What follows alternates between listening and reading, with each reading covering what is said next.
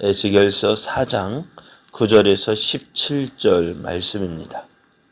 너는 밀과 보리와 콩과 팥과 조와 기리를 가져다가 한 그릇에 담고 너를 위하여 떡을 만들어 내가 옆으로 눕는 날수 곧 390일 동안 먹되 너는 음식물을 달아서 하루 20세겔씩 때를 따라 먹고 물도 6분의 1 흰씩 데워서 때를 따라 마시라. 너는 그것을 보리떡처럼 만들어 먹되 그들의 목전에서 인분 불을 피워 구울지니라. 또 여호와께서 이르시되 내가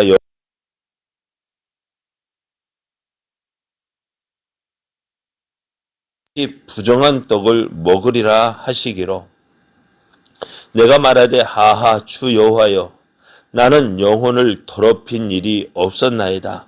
어려서부터 지금까지 스스로 죽은 것이나 짐승에게 찢긴 것을 먹지 아니하였고 가증한 고기를 입에 넣지 아니하였나이다.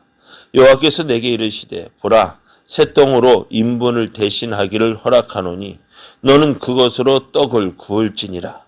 또 내게 이르시되 인자야 내가 예루살렘에서 의뢰하는 양식을 끊으리니 백성이 근심 중에 떡을 달아 먹고 두려워 떨며 물을 데워 마시다가 떡과 물이 부족하여 피차에 두려워하여 떨며 그 죄악 중에서 쇠폐하리라. 아멘. 할렐루야. 우리를 사랑하시는 하나님의 사랑 안에서 2021년 12월 17일이 시작되었습니다. 날마다 우리와 함께 하시며 우리를 통해서 놀라운 일을 이루어 가시는 하나님을 믿고 의지함으로 오늘도 하나님의 뜻을 이루어가는 멋진 날 되기를 예수님의 이름으로 축복합니다. 오늘 우리에게 주신 하나님 말씀을 통해서 하나님 말씀에 민감하십시오. 하나님 말씀에 민감하십시오. 이런 제목으로 하나님 말씀을 증거하겠습니다. 하나님은 에스겔을 이스라엘의 파수꾼으로 부르셨다 했습니다. 그래서 그들에게 어떻게 해요? 하나님의 심판을 경고하도록 하셨어요. 그러다 하나님께서 그 에스겔의 입을 막으셨어요. 혀를 입천정에 붙이고 아무 말도 하지 못하게 하시고요. 또 방 안에 집 안에 들어가 있으라 하셨어요. 그런 에스겔에게 어느 날 하나님은 터판 위에 예루살렘을 그리고 이 성읍을 향해 사다리를 세우고 흙으로 언덕을 세우고 진을 치고 공성제를 둘러 세우게 하셨어요. 그리고 철판으로 예루살렘 성과 선지자 에스겔 사이에 철판으로는 예루살렘 성과 에스겔 사이에 두어서 이제 철벽을 삼으라 했어요. 이렇게 함으로 이제 예루살렘 성이 포위 당하는 그런 모습을 만들라고 하셨어요. 그러니까 이제 예루살렘 성이 어떻게 공격당하는 그 모습을 지금 보여주고 있습니다. 그러면서 하나님은 그 사이에 그곳에서 어떻게 이스라엘 족속의 죄악을 짊어지고 390일 동안 왼쪽으로 누워 지내라고 얘기합니다. 또 390일이면 몇 개월이요? 그건 13개월이죠. 1년하고도 한 달을 더 있어야 됩니다. 거기에다가 그 390일을 지난 후에는 또 오른쪽으로 누워서 며칠이요? 40일을 지내라고 하셔요. 왜 이렇게 하느냐? 그렇게 함으로 이스라엘의 죄악과 유다의 죄악을 어떻게 해요? 심판하시겠다는 거예요. 430년 동안 북이스라엘과 남유다가 하나님 앞에 범죄하였다라고 말씀하셔요. 그래서 에스겔은 그 하나님의 하시고자 하시는 그 말씀, 이스라엘이 하나님 앞에 범죄한 그 모습을 이스라엘 백성들, 지금 포로로 잡혀온 저들에게 보여주시는 거예요.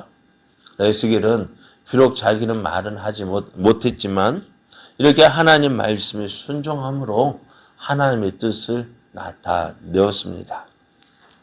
하나님 이제 꽁꽁 묶인 채 예루살렘, 그 터판에 그려진 그 예루살렘을 주시하며 왼쪽으로 누워있는 그 에스겔에게 또 이렇게 말씀하셔요. 너가 그렇게 누워 지내는 동안 무엇을 먹을 것인지 말씀해 주시는데요. 에스겔이 먹을 양식이 뭐냐? 밀과 보리와 콩과 팥과 조와 기리로 만든 떡이었습니다. 그래서 하루에 얼마나 먹느냐? 20세개를 먹으라 했는데요. 230g이래요. 230g이 얼마나 될까요? 네? 제가 그래서 햇반을 한번 봤더니요. 공깃밥 햇반 하나. 저희 집에 있는 거 보니까 210g이더라고요. 그러니까 공깃밥 하나 분량으로 하루를 먹으래요. 오늘날에는 소식이다 해서 뭐 먹을 수 있겠죠. 건강을 위해서라면은요. 그리고 얼마나 좋아요. 밀과 보리, 콩, 팥, 조, 기리. 건강식 아니에요? 이렇게 해서 이제 건강식이라 해서 먹겠지만은 당시에는 어떤 사람들이 먹느냐? 가난한 사람들의 음식이었습니다. 어떤 사람이 실험을 해봤대요. 이 에스겔이 먹었던 이 음식들이 이 곡식들로 음식을 만들어 가지고 개에게 줘봤더니요. 개도 안 먹더래요. 무슨 말? 그러니까 개가 먹기에도 어떻게 맛 없는 것이었대요. 그러니까 맛도 없고 영양가도 없는 음식, 그것을 한 끼 겨우 먹을 수 있는 양의 음식을 하루에 먹으면서 며칠 동안 390일을 지나야 했습니다. 양식만 적은 것이 아닙니다. 마실 물도 그래요. 마실 물도요. 6분의 1흰, 6분의 1 하니까 500g의 우유 있죠. 그것보다 조금 많은 610ml래요. 0.5L보다 조금 더 많아요. 예? 그런데 하루에 얼마 정도 먹어야 되느냐? 우리가 물 2L를 먹어야 된대요. 최소한 물 2L 먹어야 갈증을 면할 수 있다고 하거든요. 그러니까 그것의 4분의 1만 먹게 했다는 거예요. 그러니까 이런 에스겔의 모습, 밥도 우리 한 끼 먹을 그 음식으로 하루 3끼를 먹고, 또 물도 그 5분, 그러니까 0.5L 조금 더 낸 그 물을 하루에 먹어봐요. 어쩔까요? 그 모습을 보면서 그 모습을 제가 만약 한다면 어떻게 될까요? 이렇게 하면은 한 달이면 살이 쫙 빠질 텐데. 그죠? 한 달 되면 살이 쫙 빠질 텐데. 그렇게 에스겔이 누워있는 모습을 한번 생각해 보십시오. 사람들이 무엇을 말할까요? 너 왜 그러는데? 뭐 때문에 그러는데? 그런데 에스겔은 말을 하지 않아요. 예루살렘 성을 바라보면서 계속 이렇게 행하고 있는 거예요. 그래서 머지않아서 예루살렘 성의 양식이 떨어져서 당장은 지금 이런 음식 먹지만 얼마 지나서 어떻게 이것도 없어질 것이다. 마실 물도 떨어지게 될 것이다.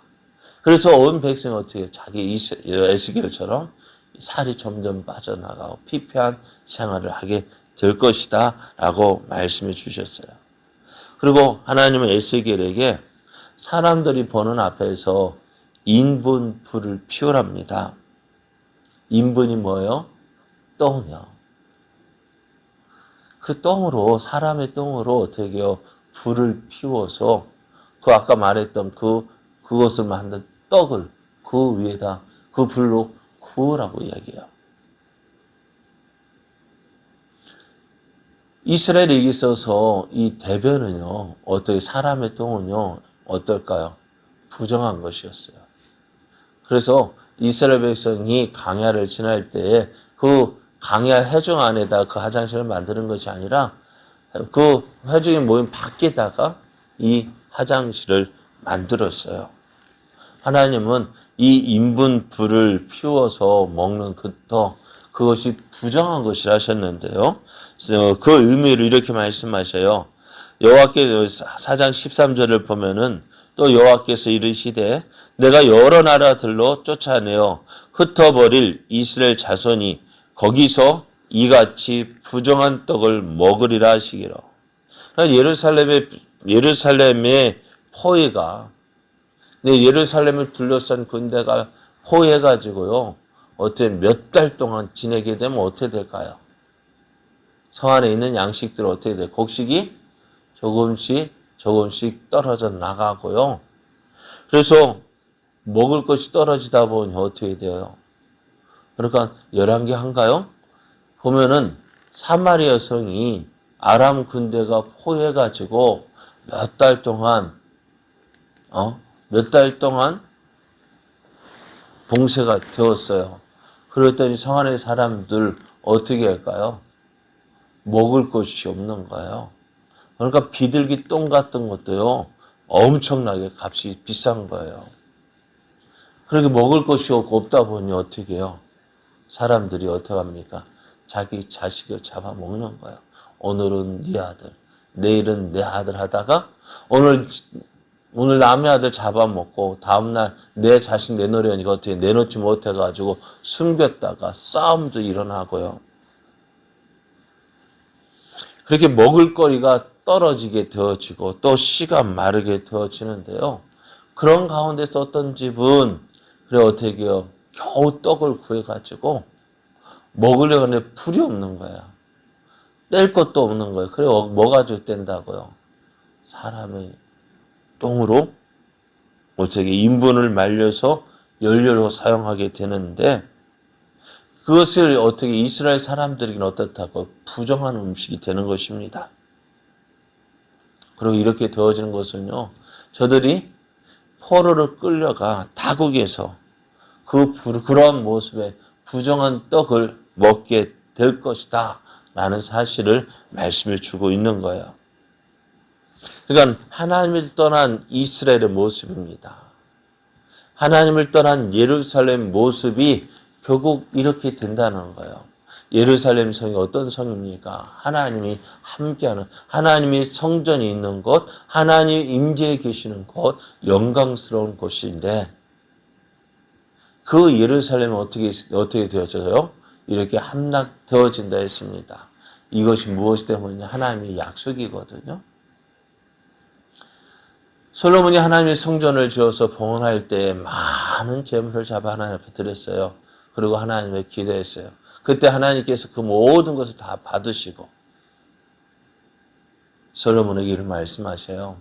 내가 이렇게 아름다운 성전을 지어서 내게 준다 할지라도 너희가 제약 가운데 거하면 이렇게 아름다운 성이라 할지라도 어떻게 해요? 이렇게 아름다운 성전이라 할지라도 다 부숴버리겠다.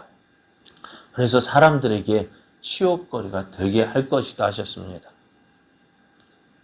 하나님이 여러분 조심해야 돼요. 내가 구원받았다 하고 가만히 있어봐요.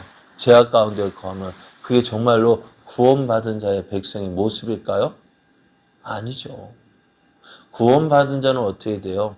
죄악 가운데 거하는 거 어떻게 해요? 죽기보다 싫어야 돼요. 그리고 날마다 어떻게 해요? 하나님께로 더 가까이 나아가는 삶을 사는 것이, 하나님께서 기뻐하시는 삶을 사는 것이 하나님 백성의 진정한 모습입니다. 구원받은 백성, 나 구원받았으니까 아무렇게 살아나도 된다. 그거는 구원받지 못한 사람들의 이야기예요. 정말 구원받은 사람은 어떻게 해요? 하나님 기뻐하시는 삶을 살기를 힘씁니다. 자, 에스겔은 포로로 잡혀온 이스라엘 백성들 가운데 거하면서 이제 앞으로 임하게 될 그 예루살렘의 심판을 경고해 주고 있습니다. 왜 이런 예루살렘이 이런 기근이 임하고 또 하나님의 심판이 임하게 될까요? 다른 것 때문이 아니에요. 저들이 하나님께서 약속하신 가나안 땅에 거하면서 지은 죄 때문에 그래요. 하나님을 믿지 아니하고 하나님을 의지하지 아니하고 의상을 섬기고 자기 마음대로 살았기 때문입니다. 그래서 이 사실을 하나님은 에스겔을 통해서 보여주시는데요. 너희가 선민이라고 자부하고 아브라함의 자손이라고 자랑하고 율법을 가졌다고 할례를 받았다고 자랑할 것이 아니라 무엇을 자랑해야 돼요? 하나님 말씀 가운데 있다는 사실을 자랑해야 돼요. 그래서 에스겔을 통해서 예루살렘의 멸망을 보여주는 것은 무엇 때문에? 너희도 회개하라는 거예요. 또 앞으로 저 문 아직 무너지지 않았지만 저 예루살렘 성을 위해서 너희가 기도하라는 거예요. 오늘 하나님께서 우리에게 말씀하지 아무 말씀하지 않는 것 같아도 선지자 에스겔의 입을 막아서 아무 말씀하지 않는 것 같아 보여도 하나님은 말씀하고 계셔요. 오늘 그 하나님 말씀하시는 그 하나님의 음성에 민감해야 돼요. 오늘 우리를 통해서 주시는 그 하나님 말씀 민감해야 돼요. 그리고 어떻게 해요? 그 말씀에 순종하며 그 말씀 주시는 말씀을 이 말씀이 이루어질 것을 바라보면서 내가 하나님 가운데 서 있는지 하나님 은혜 가운데 거하고 있는지 또 은혜 가운데 거하지 못하는 이 땅의 백성들 또 교회를 위해서 기도해야 합니다. 그래 어떻게 해요? 우리가 하나님 앞에서 온전히 세워지도록 그래서 하나님의 뜻을 이루어가는 그런 하나님의 영광을 나타내기에 부족함이 없는 성도의 삶, 교회가 되어지고 또 나라가 되어지도록 기도해야 합니다. 그것이 믿는 우리들의 마땅히 행해야 할 모습입니다. 지금은 우리가 뭐 할 때요? 기도할 때입니다. 나라를 위해서 또 교회를 위해서 우리 믿는 성도들을 위해서 기도할 때입니다. 함께 기도함으로 정말로 우리를 통해서 이루시고자 하시는 하나님의 뜻 온전히 이루어가고 또한 하나님의 영광을 나타내며 하나님의 살아계심을 보일 때가 바로 지금입니다. 이러한 믿음의 삶을 살아서 하나님의 뜻을 이루어가는 저와 여러분 되어지기를 예수님의 이름으로 축복합니다.